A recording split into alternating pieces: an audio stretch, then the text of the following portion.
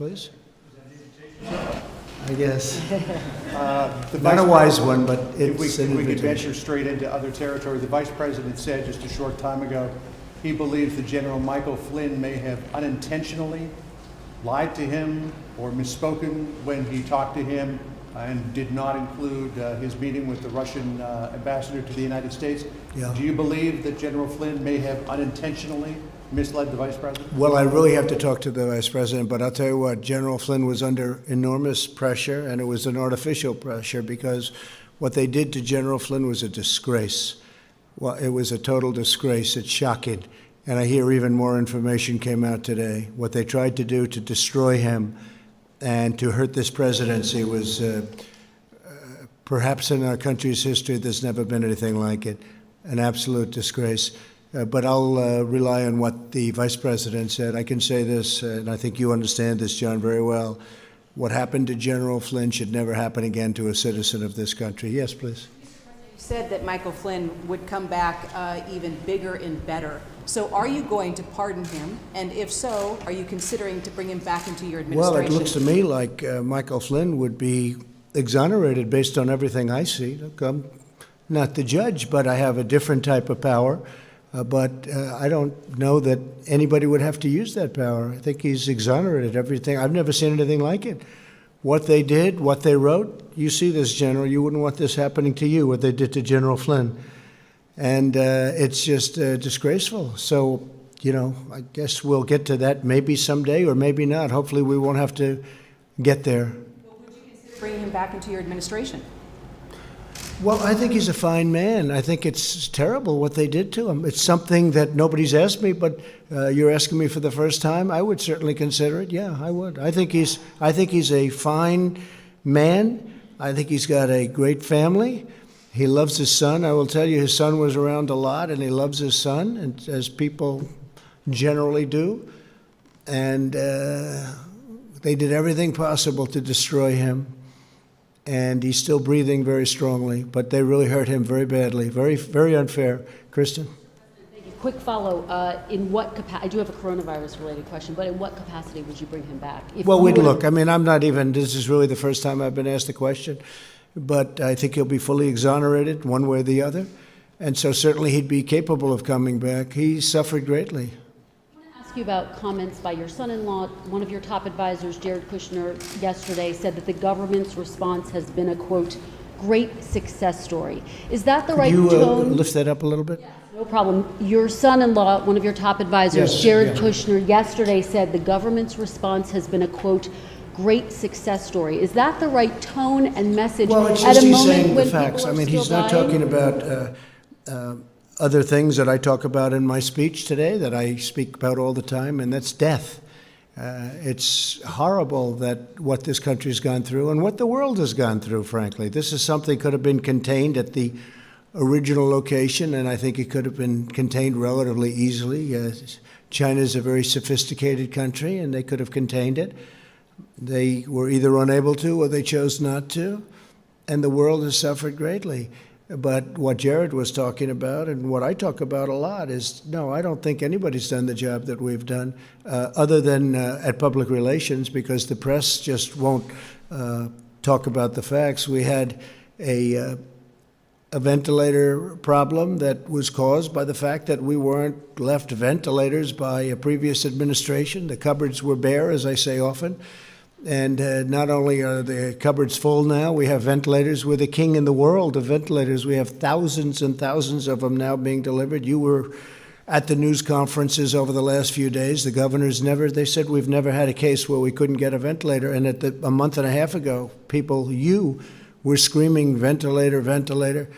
I'm just looking at the test numbers. We have more tests. We have given more tests, and the high-quality tests, than every other country combined. And I say it, the friend of mine, South Korea President Moon, called me. You know, they talk about South Korea, and they've done a really good job. But he said, what a job you've done. This is a much bigger country, you understand. He said, what a job you've done on testing. So the testing and the masks and all of the things, we've solved every problem. We solved it quickly. But to think that now we're giving thousands of ventilators to other countries, allies and other than allies, to be honest, but we're helping other countries where people are dying because we have ventilators and nobody else does to this extent. And it's a great tribute. I mean, Deborah, we were talking about that before. Deborah Birx, Dr. Birx, has been fantastic. She's a fantastic person, a fantastic woman. And we talk about the things that we've done in a short period of time. I mean, all you heard about was ventilators. That's a hard thing. We energized factories that didn't build ventilators. They were building cars and other things, and now we're building thousands a week. And it's been very spectacular. It's been really spectacular. So, yeah, I don't think anybody's done a better job with testing, with ventilators, with all of the things that we've done. And our death totals, our numbers per million people are really very, very strong. We're very proud of the job we've done. We had very little to work with because the previous administration left us very little. Quick Please follow, go Mr. ahead. President. Mr. President.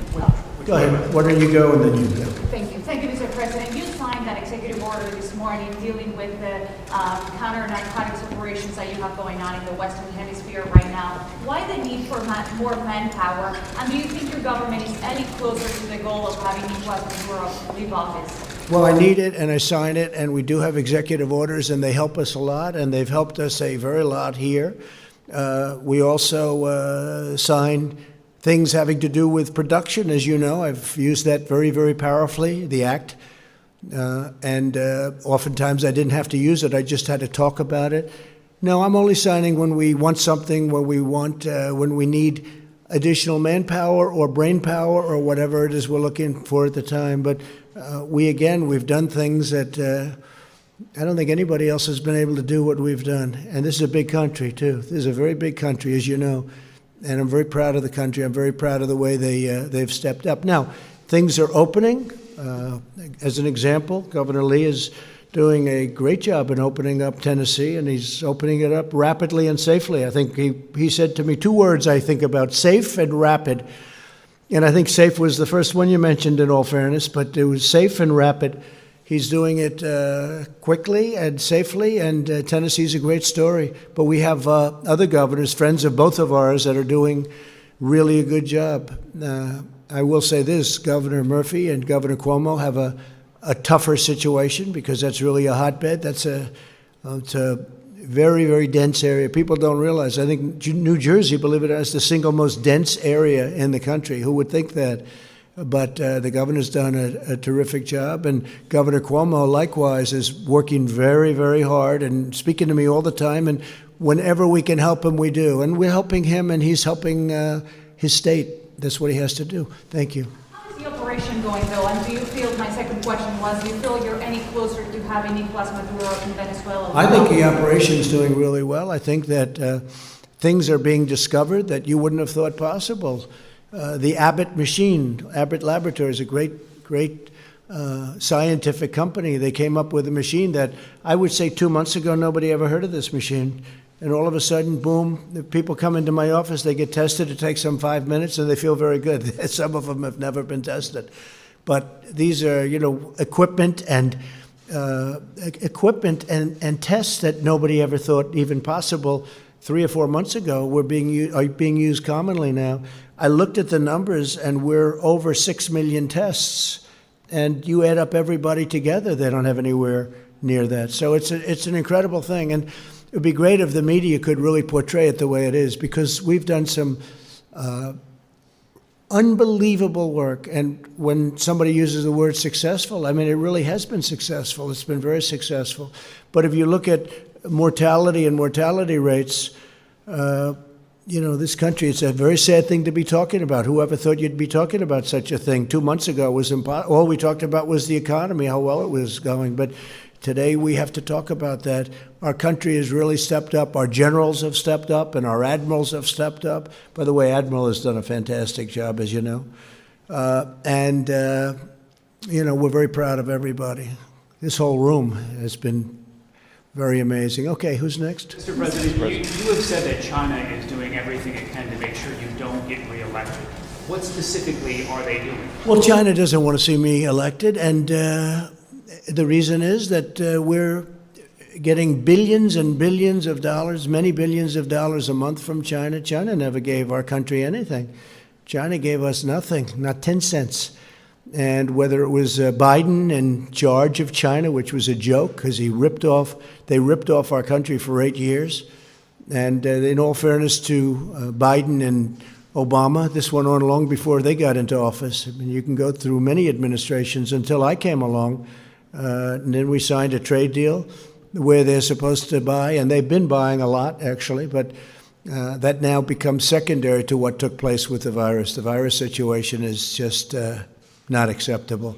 Do you think them withholding information about the virus is related to them trying to undermine your reelection? No, I don't want to put any cast any dispersions. I just will tell you that China would like to see sleepy Joe Biden. They would take this country for a ride like you've never seen before.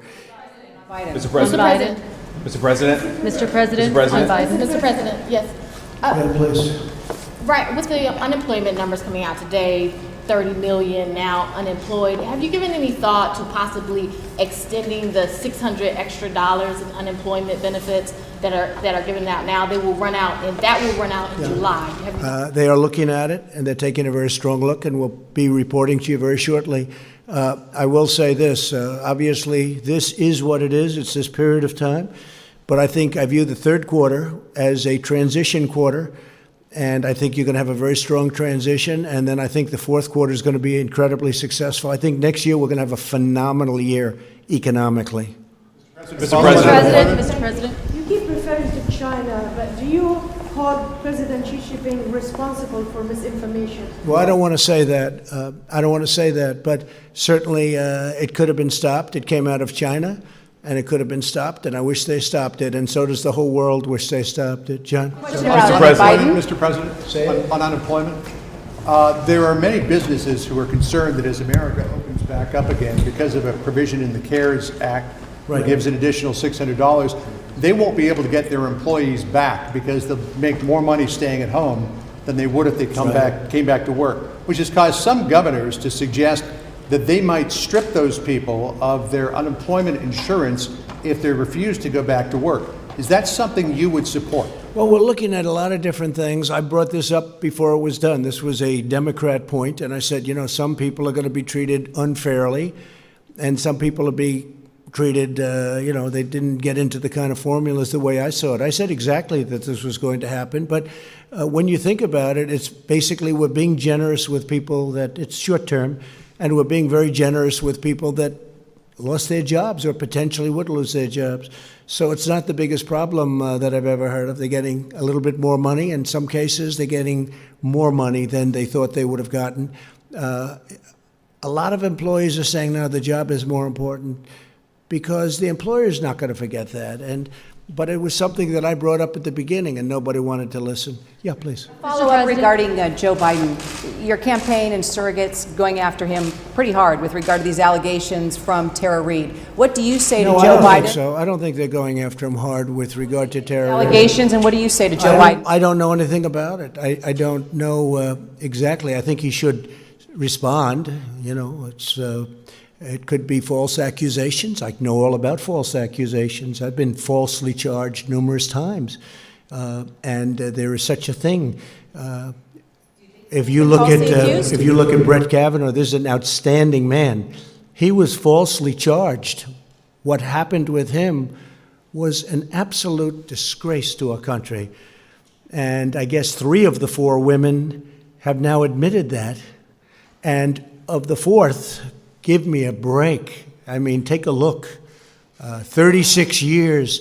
That is, look, this is a fine man. I saw a man suffering so unfairly. I'm talking about Brett Kavanaugh.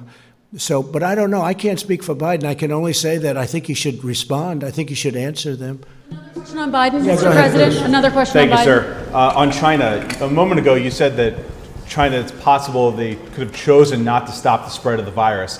Are you insinuating they intentionally let it spread? Well, they could have done it, and I'm just saying, well, one of 2 things happened. They either didn't do it, and, they couldn't do it from a competent standpoint, or they let it spread.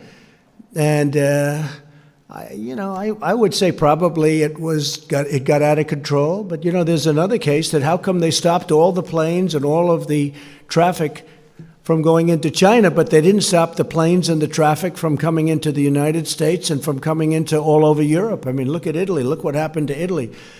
And it's very lucky. This country is very lucky, and I'm very lucky that I put the ban on China. As you know, very early on in January, we put the ban on in China, and that was a very early date. That wasn't a late date. That was an early date. Then we later put the ban on in Europe. And if we didn't do that, as Alex knows, we would have had a problem like you wouldn't have believed. We would have had a problem much bigger. But then you take a look at what happened to Italy. A lot of those people went to Italy instead. And it's been a very, very tough place, Italy. And then on holding them accountable, is that something you prefer to do now in the next few weeks? No, I don't want to do that. I want to find out what happened. I think we'll be able to get a very good, very powerful definition of exactly what happened. We're working on it strongly now, and I think it's going to be very powerful. But they could have stopped it. They are a very brilliant nation, scientifically and otherwise.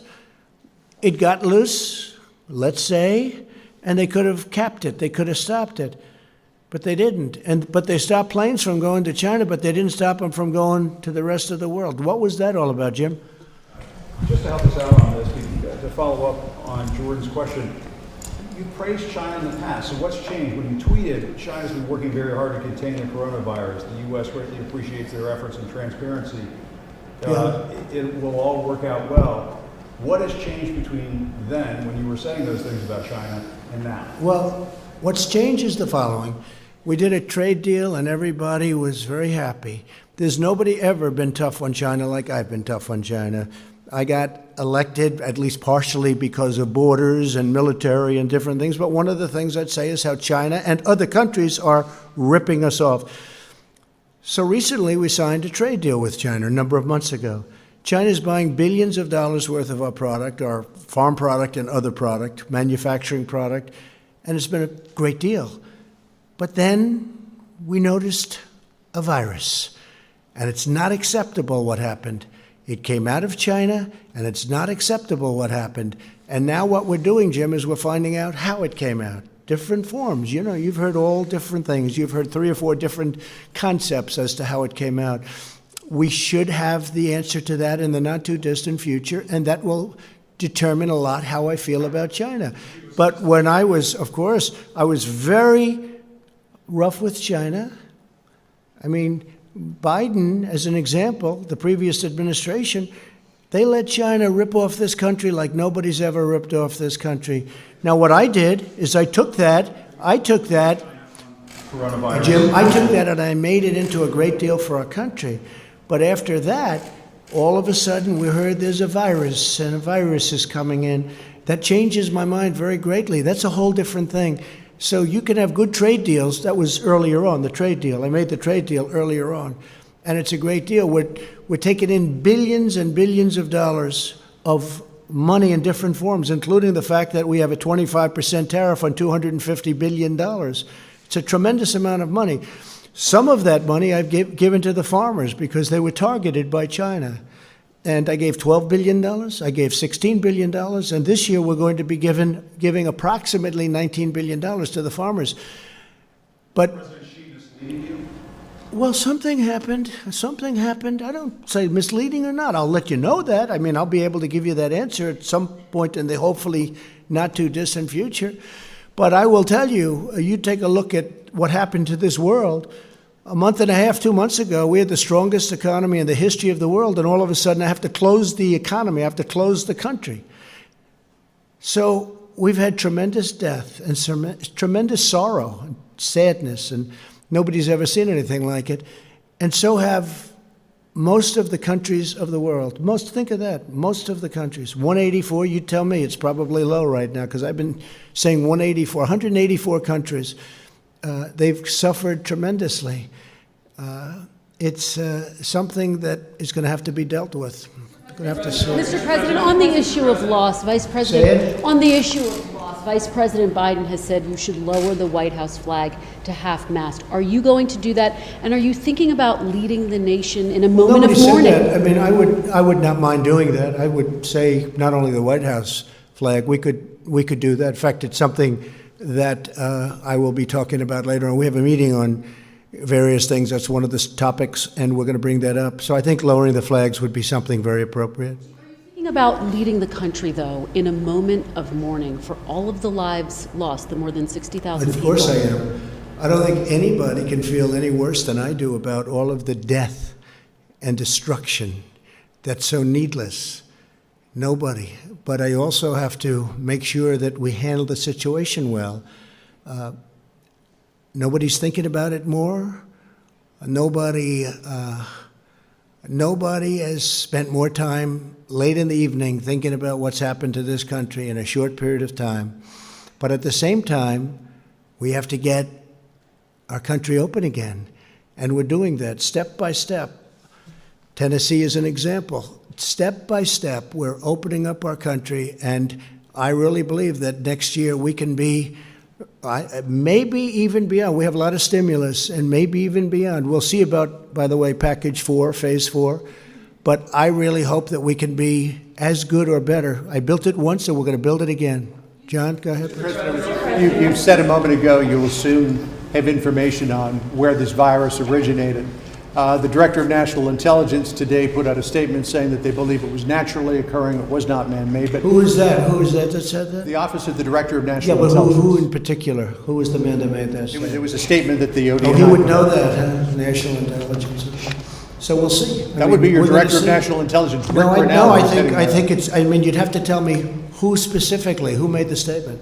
The statement was just put out under the Office of the Okay, ODNI. we'll see. I mean, I have to see the statement. I just haven't seen it. But the question I had was, have you seen anything at this point Because to we're give... looking at that, John, separately from, Correct.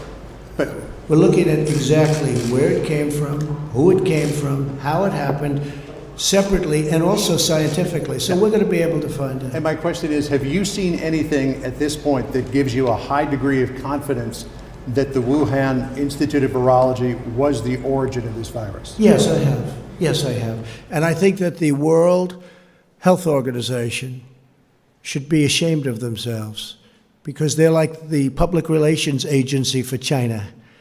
And this country pays them almost $500 million a year, and China pays them $38 million a year. And whether it's a lot or more, it doesn't matter. It's still, they shouldn't be making excuses when people make horrible mistakes, especially mistakes that are causing hundreds of thousands of people around the world to die. I think the World Health Organization should be ashamed of themselves. Just as you suggested, withholding federal aid from jurisdictions that are sanctuary cities, how serious is that consideration? Are you just... Well, I have the right to do that, but sanctuary cities, especially at a time like this, that's a very dangerous thing. Our law enforcement hates it. They hate it. We want safe cities. We want sanctuary, but we want sanctuary for our citizens. And we don't want sanctuary for criminals that came into our country illegally, and they have big records and records. I won't go into the type of crimes, but the crimes are the ultimate in evil in many cases. No, we don't want them to have sanctuary in our country. We want to have strong borders. Look, I say it again, we want to have strong borders. I've been saying this for a long time, and I think people are agreeing with me. I really do. I think people are agreeing with me. The Democrats want to have open borders where people just come in. And you're not only talking about coming in from a crime standpoint, you're now talking about coming in with not only the disease that we happen to be talking about so much lately, but other diseases. And they want to have open borders. They want people to pour into our country from who knows where they come. No, we're not doing that. We have a very strong border now, our southern border. And every day it gets stronger because we're building miles a day of very, very powerful wall. And that's a great thing for our country. That's so important for our country. And very few people are arguing with it. Yeah, please. Mr. President, you often describe this fight against the virus as a war. How do you define victory? So it is a war, and I define victory when it's gone and we open successfully. We have a successful country again. Now, it can never be a total victory because too many people have died. All over the world, people have died. In our country, in every country, I'm looking at the new list of countries. Look at what's going on with Russia. Look at what's going on with Spain is so incredibly harmed and injured by this. So many people are dying.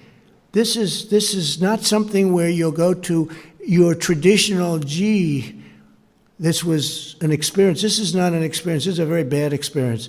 But what I want is we want the virus gone, and we want to have a vibrant economy. We want people back. We don't want people necessarily sitting like these incredible people in front of me, where they're sitting 6 feet apart.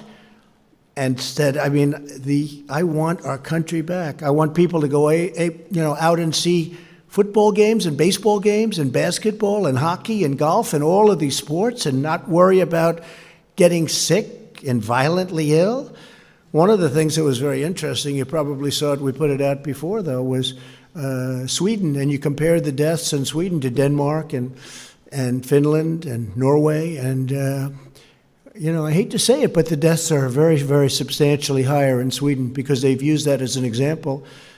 Brazil is very high if you look at what's gone on, the graphically very, very high, very straight up almost, right, Deborah? Very straight up.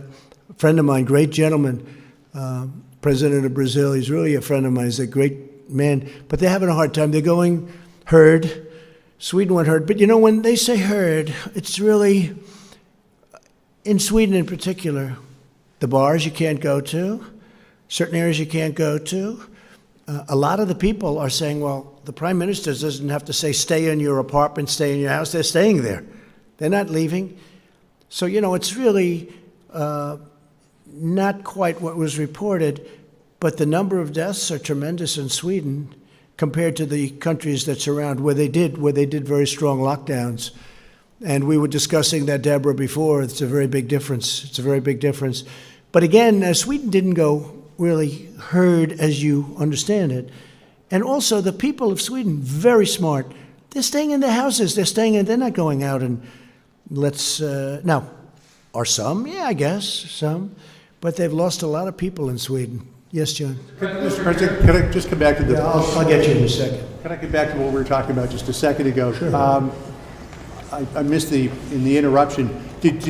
Are you suggesting that maybe you have some evidence that this was not a naturally occurring virus?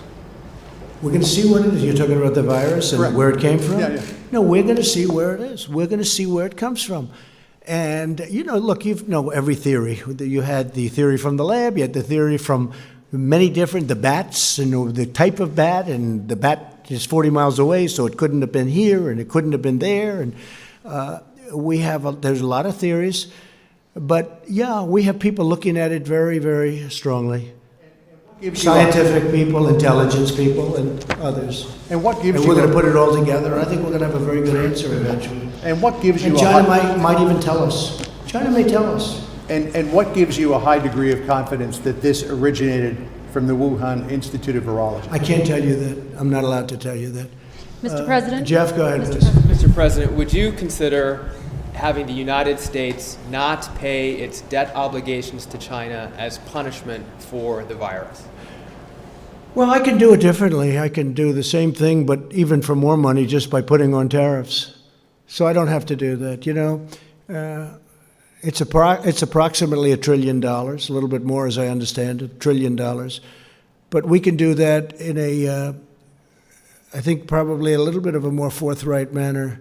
You start playing those games, and that's tough. We have the dollar to protect. We want to protect the sanctity of the dollar, the importance of the dollar. It's the greatest currency in the history of the world. It's become stronger. We have a very strong dollar. That's why we're borrowing at zero interest rate.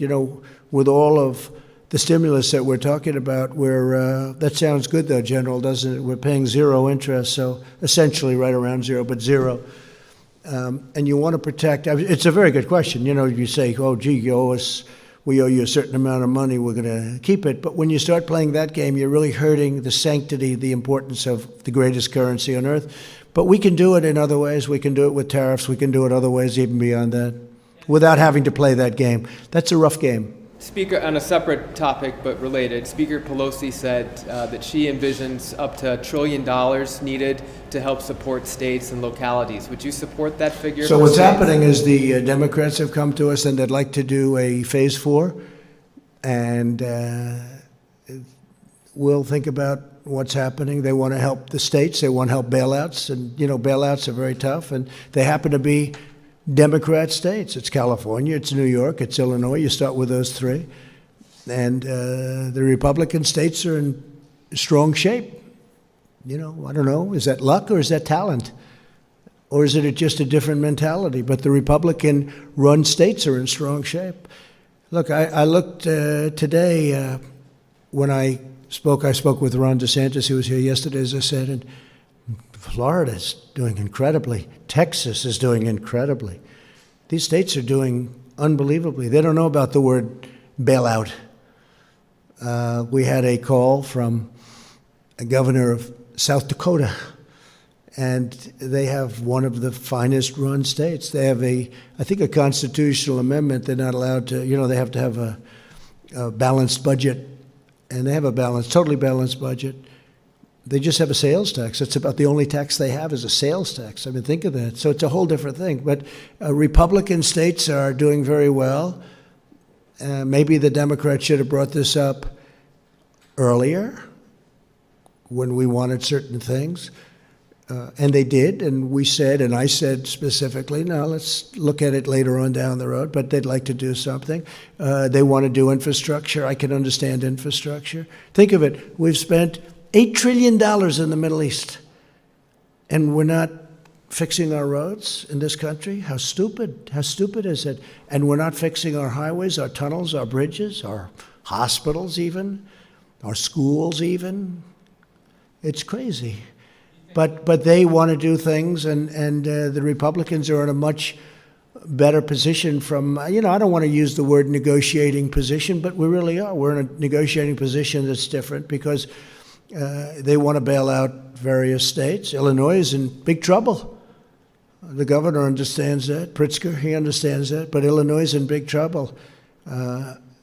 Is it fair to do that and then have states that are very powerful and strong like Iowa and Idaho? I mean, take Idaho. Look at all of these incredible states and look at what's going on and how successful they are. So you just take a look, and we're going to look at it. We're going to look at it. I think we want to take a little bit of a pause. But if we do that, we'll have to get something for it. Okay? So just Kristen, go ahead. a question on masks, but very quickly to follow up on Jeff. It sounds like you're potentially open to Leader McConnell's call that states should apply for bankruptcy. Is that what you're saying? I'm just, it's an idea that he has. He threw that out as an idea. I've spoken to him about it very strongly, and we're going to see what happens. We'll take a little bit of a pause. We'll see what happens, but some states are in trouble. I spoke today. I was with a wonderful man, a great gentleman, a wonderful human being. I think Bill knows him too, from New Jersey, Governor Phil Murphy, and we talked about it. New Jersey is it's a wonderful state, I have to say. It's a wonderful place, but it's got a lot of difficulty in terms of the economics and the debt, the costs, et cetera. So it's in a different position than some of the other states that we could mention. We could mention them all day long. Let me ask you about masks, if I could. Vice President Pence did not wear one when he visited the Mayo Clinic earlier this week. He's wearing one today. You are traveling to Arizona. Will you wear a mask? What is the policy for you Well, I'm and the going to have Vice to President? see. I am going to Arizona. I look forward to that. I'll have to see the climate. I mean, I'm going to see where I am. Here's a place that we all feel very comfortable. Everybody's spread out. It's a very big room. But as far as where I'm going in Arizona, I'm going to have to look at the climate. I'd have no problem wearing a mask. I don't know. I'm supposed to make a speech. I just don't know. Should I speak in a mask? You're going to have to tell me if that's politically correct. I don't know. If it is, I'll speak in a mask. But I'm going to be making a speech in Arizona. I look forward to it.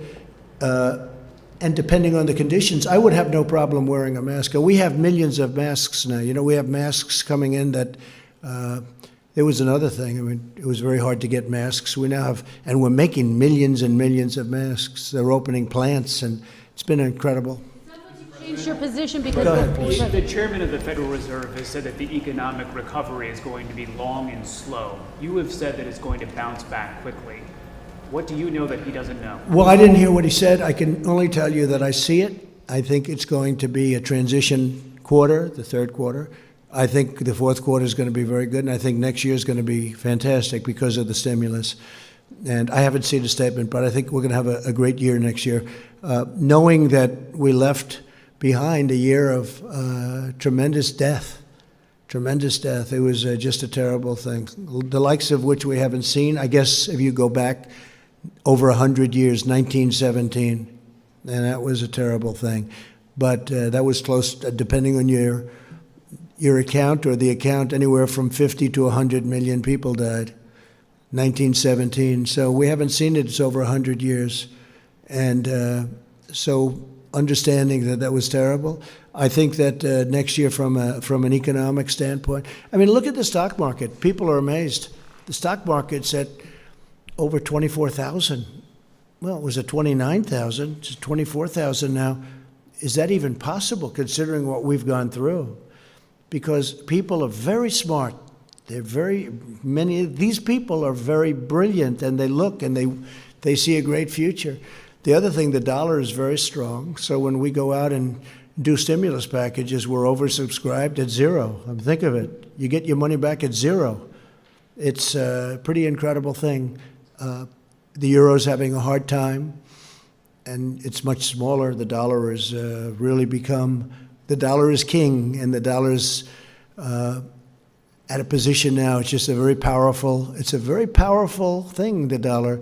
Other currencies are in big trouble. They're really in big trouble, whereas the dollar is very powerful, very strong. So the good part about that is if you do go out and if we do want to do stimulus or whatever we want to do, we're borrowing at zero and the dollar is very strong.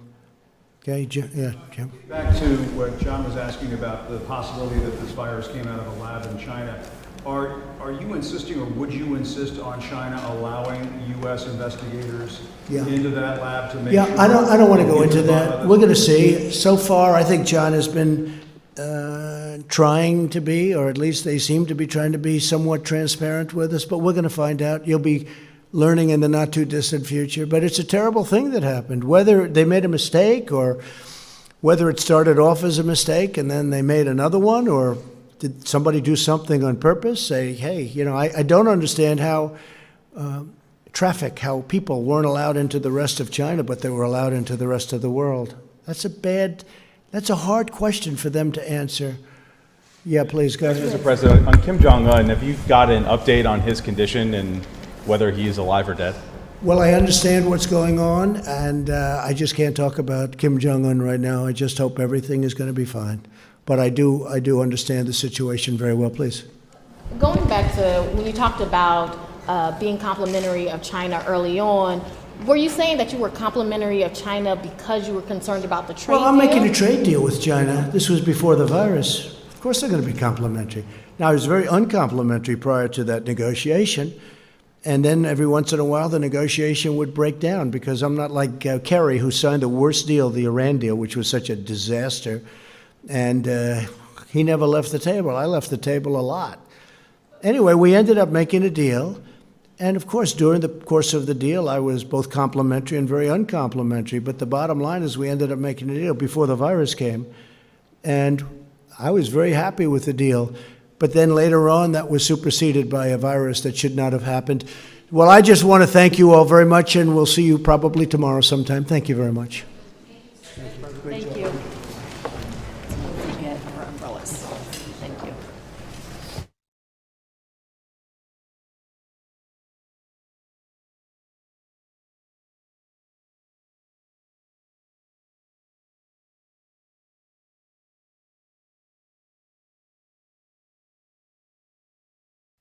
All right, folks, thank you so much for joining us and choosing us as your stream of choice. If you guys liked our coverage, make sure you guys give it a thumbs up. And you also, if you're new, subscribe and click that notification bell, folks. We cover everything that has to do with President Trump, that has to do with Congress, the Senate, the House, everything that has to do with politics. We cover it all, folks. Even when President Trump starts doing rallies once again, we also go to the rallies live. So if that's the type of coverage that you want, full coverage of President Trump fairly and completely, then we encourage you to subscribe and click that notification bell.